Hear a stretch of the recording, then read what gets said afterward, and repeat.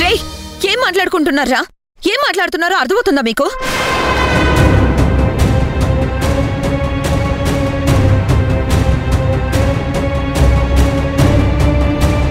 ప్రతిరోజు ఈ గొడవలేంట్రా?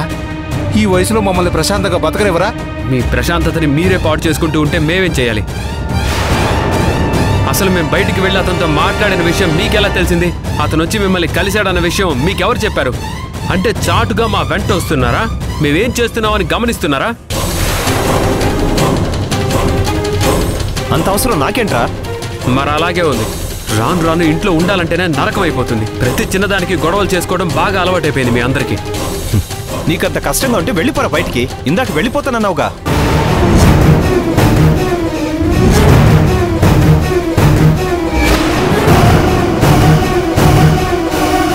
ఇంట్లో నుండి వెళ్లాల్సిన అవసరం నాకేంటి? ఇది నీ ఇల్లే కాదు, నా ఇల్లు కూడా. ఏంట్రా నీది నాది అనేదాకా వచ్చావా? నువ్వు మాట్లాడిన దాన్ని బట్టే నేను మాట్లాడాల్సి వస్తుంది అన్నయ్య. చేసిన తప్పుకి క్షమాపణ చెప్పాను. చెయ్యని తప్పుకి ఈరోజు అనవసరంగా గొడవ చేస్తున్నాం.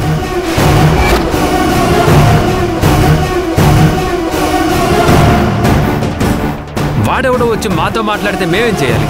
మాటి మాటికి బయటికెళ్ళు అంటున్నారు. ఎక్కడికి వెళ్ళేది లేదు. ఇది మా ఇల్లు, మా పాటికి మేము వేరుగా ఉంటాం.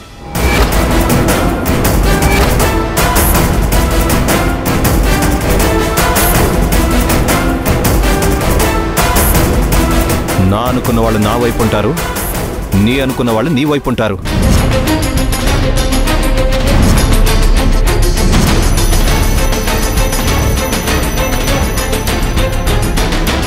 అటు వాళ్ళు ఇటు రావడానికి కానీ ఇటు వాళ్ళు అటు రావడానికి కానీ వీల్లేదు.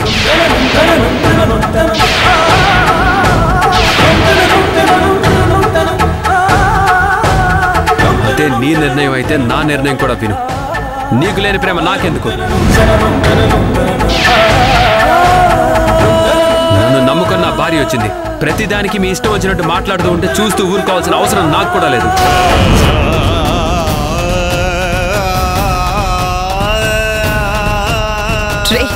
ఇంటిని రెండుగా చీల్చాలనుకుంటున్నారా? ఆయన చెప్పింది అదే కదక్క. లేదంటే మమ్మల్ని బయటికి వెళ్ళిపోమంటావా? ఉండరా, నీకు మాకు ఏ సంబంధం లేదు. మీ బతుకు మీది, మా బతుకు మాది.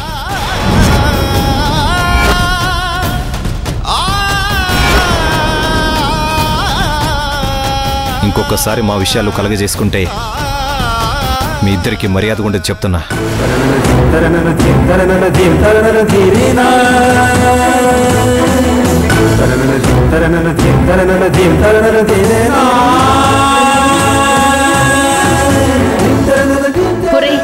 ఎందుకురా చిన్న చిన్న విషయాలను కూడా పెద్దవి చేస్తున్నారు? ఎవరమ్మా పెద్ద చేస్తున్నారు? నీ పెద్ద కొడుకు పెద్ద చేస్తున్నాడు, మేం కాదు.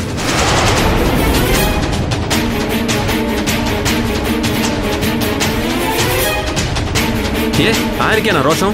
మాకుండదా? ఎన్నిసార్లు తల ఉంచుకొని ఎన్నిసార్లు భరించాలి?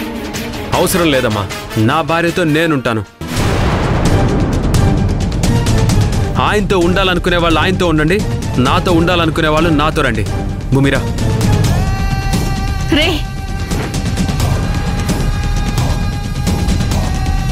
చూసారా, తనకేమీ తెలియనట్టు ఈ ఇంటిని ముక్కలు చేసింది.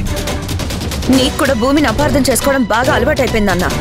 వాడితో ఏమీ మాట్లాడలేదని వాళ్ళు చెప్తున్నా అది పట్టించుకోకుండా ఏదో మాట్లాడారు అని గొడవని పెద్దది చేసి చివరికి ఒకే ఇంట్లో అన్నదమ్ములిద్దరూ వేరు కాపురం పెట్టుకునేలా చేశారు.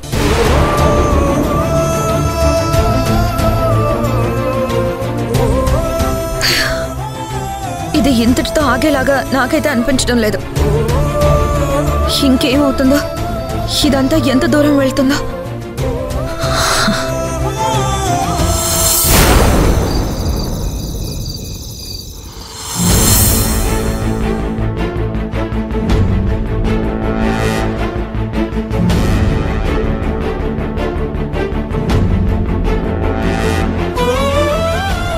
శౌర్య, ఏంటమ్మా ఇలా వచ్చావు?